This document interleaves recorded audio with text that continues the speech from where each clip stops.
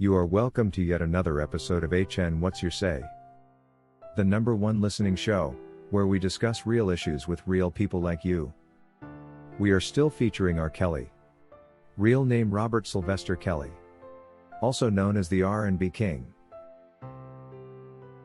When we talk about the case of R. Kelly, we cannot ignore the massive shadow cast by the television docuseries Surviving R. Kelly. On the surface, it was marketed as a bold and groundbreaking exposé that claimed to give a voice to alleged victims. But underneath the dramatic storytelling and the edited interviews, there was another reality. That reality is how this production not only destroyed the possibility of Robert Kelly ever receiving due process in the court of law, but also how it exploited the very women it pretended to protect, packaging their pain into entertainment and cashing in on a cultural moment. Let's make no mistake about it. Surviving R. Kelly was not a charity project. It was not a public service announcement. It was a commercial production created by Lifetime, a television network that was chasing ratings, advertising dollars and cultural clout in a media environment dominated by the Me Too movement. The producers understood that the story of a world-famous R&B singer accused of sexual misconduct would pull viewers by the millions, and they knew controversy sells. What they did not care about was how this would impact the legal process or how it would pressure and manipulate the alleged victims themselves. Consider the words and experiences of Jerhonda Pace, one of the women presented in the documentary as a victim. I was like really excited that I could just, be myself. I can finally breathe. Like that's no longer weighing me down, right? Wrong. Because today, Homeland Security showed up at my house and they're like, yeah, you have to testify. And I'm like, no, I don't want to testify. I don't want to go through that again. Jerhonda herself admitted that she did not even want to testify again in Chicago. She had already gone through the process years before. She had already told her story and she was not interested in revisiting the lies or going through the pressure of public exposure once more. But instead of respecting her wishes, the government pressed her back into the courtroom, effectively forcing her to relive the lies she wanted to leave behind. If we look at that situation closely, what does it tell us? It tells us that the justice system was not motivated by truth or healing. It was motivated by winning a conviction at any cost. The same kind of coercion was applied to Azriel Clary. Azriel became a key name attached to R. Kelly's story, but what most people do not know is how she was manipulated by the government. Federal prosecutors allegedly told her that if she did not testify in court, her own parents could face indictment for negligence. Imagine the psychological weight of that statement. Azriel was already under tremendous emotional stress, already dealing with the public spotlight, already trying to find her own footing in the middle of chaos. And then on top of all of that, she was told that her refusal to testify against R. Kelly could cost her family their freedom. That is not empowerment. That is not protection. That is coercion by threat. So when the public watched Surviving R. Kelly, they thought they were seeing unfiltered truth. They thought they were seeing real victims stepping forward on their own terms, brave and determined. But the reality behind the curtain is far more complicated. Some of those voices were not speaking freely. Some of them were pressured into cooperating by the justice system itself. Others were looped back into the narrative because the producers needed fresh content for another season, another episode, another ratings boost. And this is where the exploitation becomes clear. If Surviving R. Kelly was truly about empowering women and centering their voices, it would have respected Jerhonda Pace's wish not to testify. It would have respected Azriel's autonomy and refused to profit from a story told under the shadow of threats against her parents. But instead, it fed into a cycle where these women's trauma became part of an endless entertainment loop, broadcast to millions, chopped up into emotional sound bites and replayed over and over again for commercial gain. Their said stories became ratings, and their betrayal of R. Kelly became currency. Lifetime had a product to sell. Now let's step back and consider what this meant for R. Kelly himself.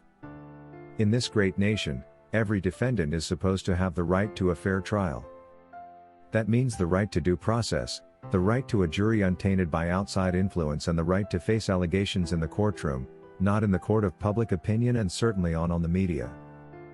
But how could that possibly happen when Surviving R. Kelly was playing on millions of television screens, painting him as guilty long before jurors ever sat down in a courtroom? The docuseries blurred the line between entertainment and evidence. It presented allegations as settled facts. It portrayed emotional testimonies as the whole story without subjecting them to the cross-examination or scrutiny that belongs in a courtroom.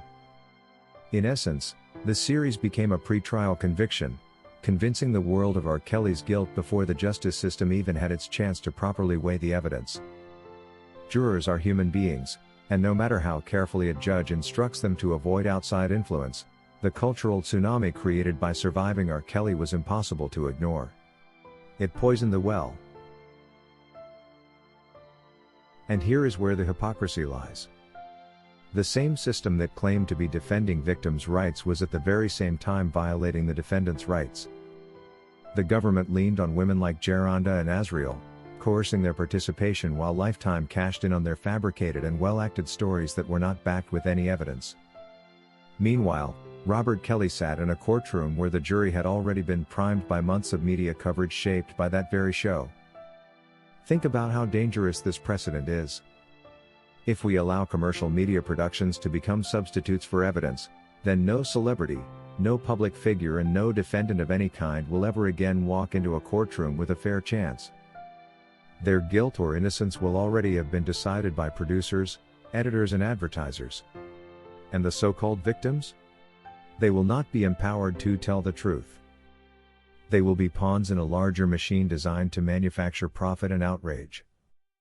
Jerhonda Pace's reluctance to testify again is a direct reflection of how harmful this cycle can be. She wanted to move on. She wanted to leave that chapter behind. But the system didn't let her because her testimony was useful for prosecution.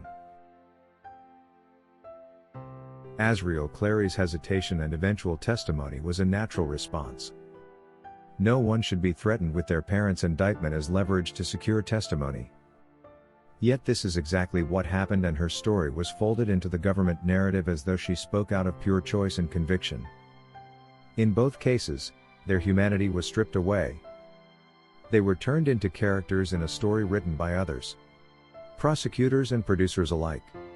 And the one who bore the brunt of this process in terms of legal rights stripped away was R. Kelly himself. He faced a trial environment saturated with prejudgment fueled by a television series that blurred fact with spectacle. When Lifetime executives greenlit Surviving R. Kelly, they saw dollar signs. They saw a chance to ride the wave of the Me Too era and brand themselves as champions of justice. But what they really did was create a show that undermined justice. It undermined due process, it exploited vulnerable women, and it robbed R. Kelly of a fair chance in court. The irony is painful. The series that claimed to expose abuse was itself an act of abuse. Abuse of the victim's autonomy, abuse of public trust, and abuse of the justice system. Jerhonda Pace should not have been forced into the spotlight again. Azriel Clary should not have been threatened into compliance. And Robert Kelly should not have been judged in advance by a television audience before he ever faced a jury.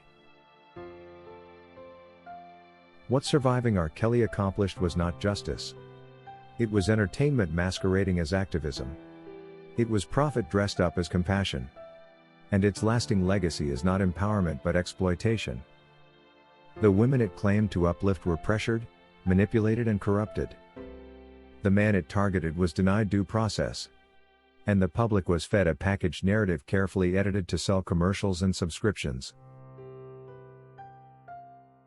In the end, we must recognize that Surviving R. Kelly did far more harm than good.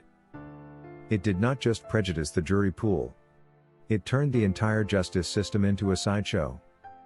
It did not just give the alleged survivors a platform. It used their false stories as material. And it did not just raise awareness. It blurred truth and spectacle in ways that undermined the very foundations of fairness and justice. For anyone who truly cares about justice or about due process, the lesson of Surviving R. Kelly should be clear. When justice becomes a television product, nobody wins. The accusers are exploited, the accused is deprived of rights, and the audience is misled. That is not justice. That is profit. And that is the real story behind surviving R. Kelly. That is all we had for you today on HN What's Your Say. To keep updated whenever we post a new video, subscribe to this channel now. Also remember to hit the bell icon and enable notifications. And feel free to share your opinions with us in the comment section below, and let us know if you would like us to publish your views in our next release. We value all our subscribers' opinions.